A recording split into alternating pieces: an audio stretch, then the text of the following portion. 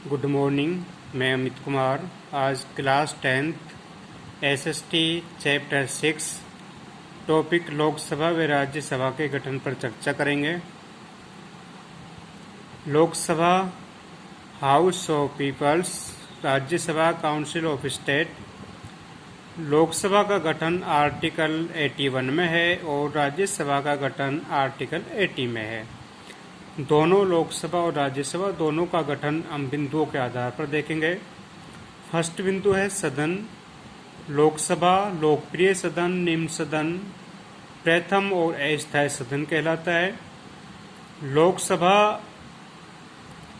अस्थायी सदन इसलिए कहलाता है क्योंकि लोकसभा को समय से पहले भंग किया जा सकता है।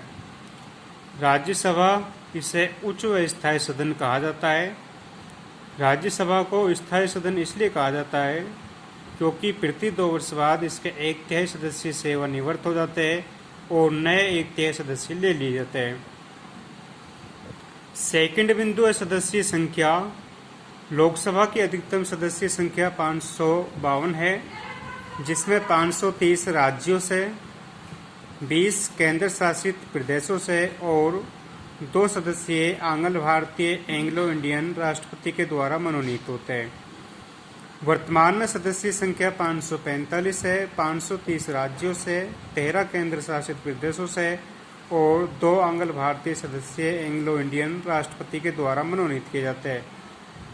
राज्यसभा में देखते हैं अधिकतम सदस्य संख्या 250, जिसमें 238 राज्यों से और 12 सदस्यीय राष्ट्रपति द्वारा मनोनीत किए जाते हैं।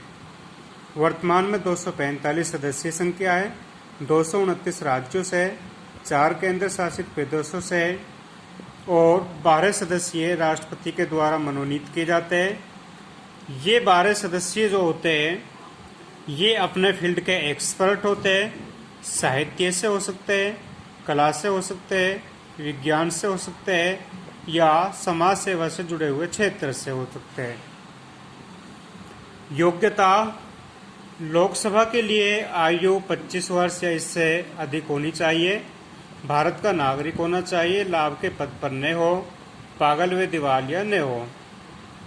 इसी तरह से राज्यसभा में देखते हैं आयु 30 वर्ष या इससे अधिक और बाकी सभी योग्यताएं सेम होती है।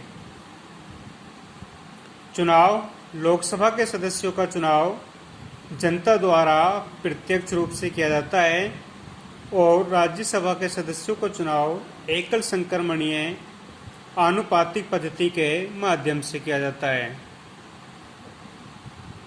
कार्यकाल: लोकसभा का सामान्यतः कार्यकाल 5 वर्ष का होता है, लेकिन इसे समय से पहले भंग किया जा सकता है और राज्यसभा का कार्यकाल 6 वर्ष का होता है।